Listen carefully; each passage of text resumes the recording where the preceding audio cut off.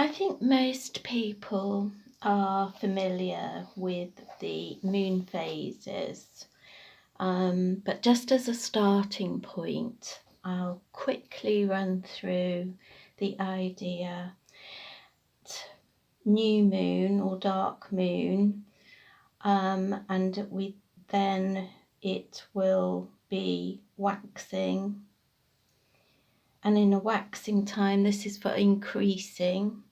All sort of spells to do with increasing. So anything we want to bring in, we would be working from the new moon through to the full moon. There's a lot more to it than this, so I'm really running through things very quickly. And then for the waning moon, we're working on decreasing.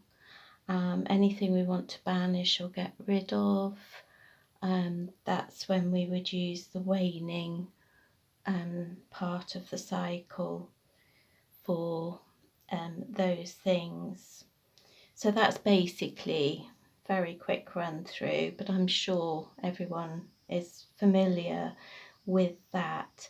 But what I want to go over today is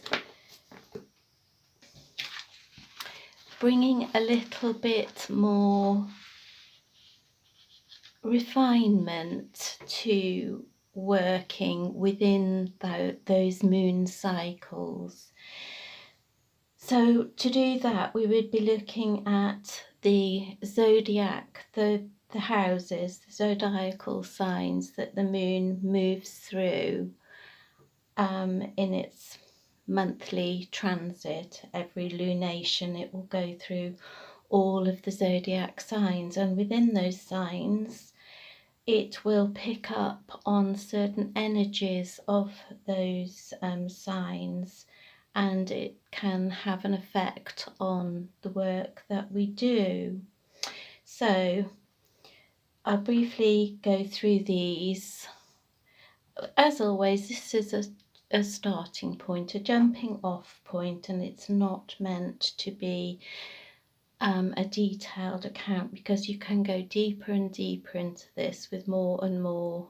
It's never ending, really, the knowledge, but it can serve as a jumping off point, but it can also be useful as a standalone something to consider when you are planning spell work. Sometimes there is no time to plan spell work. It has to be done quickly. If there's something quick that needs to be, that we want to sort of try and take care of magically, then we don't take any notice of any of it. So that will tell you that it isn't possibly the most important thing, but anyway, it's interesting, so we'll run through it. So the moon in Aries, this is when you want a strong burst of energy to push into your spell work or ritual. So it's about domination, and it can bring in strength and courage. Now, I've just jotted down some little notes here, but I'm reading from my own notes, and so it's a good one for studying as well, and also for protection. So the moon then moves into Taurus, and this is for more longer term work. So anything to do with home, family, children, financial matters, and also healing. Then we go into Gemini, and this is not good for starting things off. It's not a great sign for that. The energies can be a little erratic. And also to remember that each of the zodiacal signs have a ruling planet, and if you know the attributions of the planets, then that can go a long way into giving you clues as to what each zodiacal sign might be good for. So moving on to Cancer. Cancer is great for all kinds of relationships, for psychic development. When the moon is in Cancer, it's in domicile, so that means it's in its home sign. So it's great for psychic development, spiritual work of any kind, healing, anything to do with the emotions, also for prosperity and health work, so dietary matters.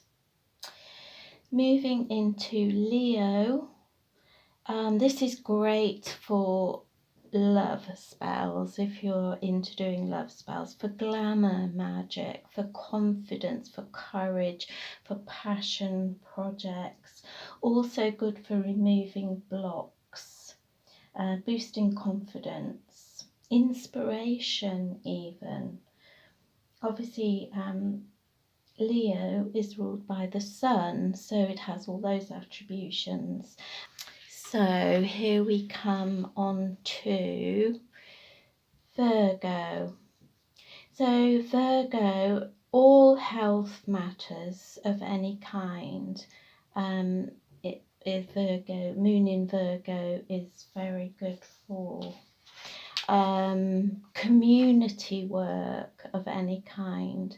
It's great for removing blocks and for magic around jobs and career. Anything that needs fine tuning, because Virgo is a very much an attention to detail, so anything around that is great. Really clearing blocks, clarity, bringing clarity to a situation is all great under Virgo.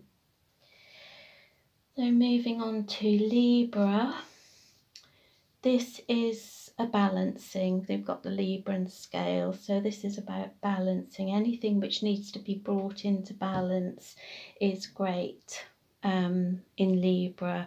So financial matters, new ventures, legal matters, and resolving problems. Also business, negotiation work is great under Libra.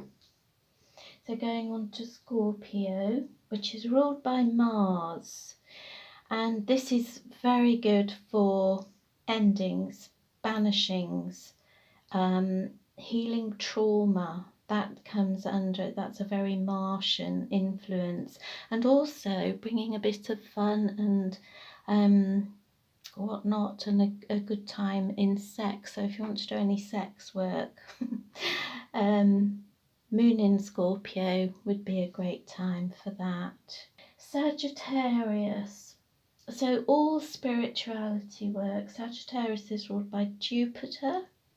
So all travel, protection, bringing clarity, exposing dishonesty, truth, finding the truth of things, any kind of study. It can simplify things, and new aspirations also, and getting rid of stuff that doesn't serve anymore. This is good.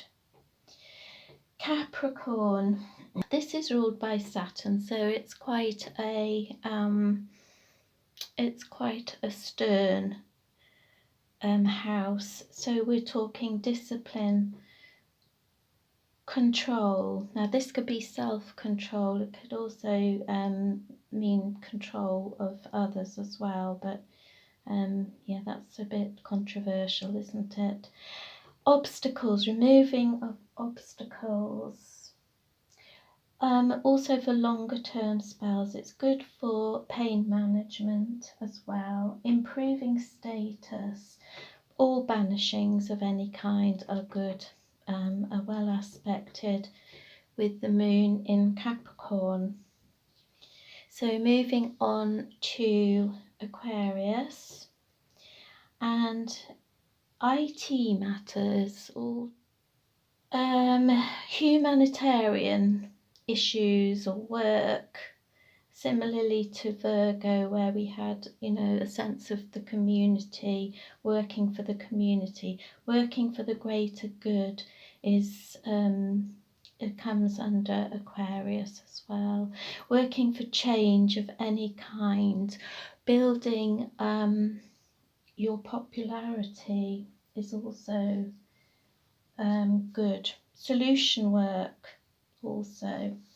And finally, we're moving into Pisces, and this again, the moon, I think, is very well aspected in Pisces. So again, it's very good for psychic development, spiritual development, or work of any kind. For endings, again, also for finding lost items or bringing lost items back in. And good for if you're someone who likes to make lotions and potions. This is very well aspected in Pisces. Any work to do with your materia magica or whatever tools and what have you you like to use or want to make, then this is good in Pisces. So this is obviously a very quick rundown. I think it's probably pretty easy to find more detailed information online. As I say, this is a jumping off point, but it can be useful as a standalone if you just want to refine your moon magic in a way, but it isn't necessary, and it's certainly not the be all and end all. It's just an interesting idea to have a look at. I should mention it's not a good idea to, when the moon is void, of course, that means when it's transitioning between the signs. So you would want to, these are all easy to look up, by the way. You can look at, I think it's lunarium.co.uk.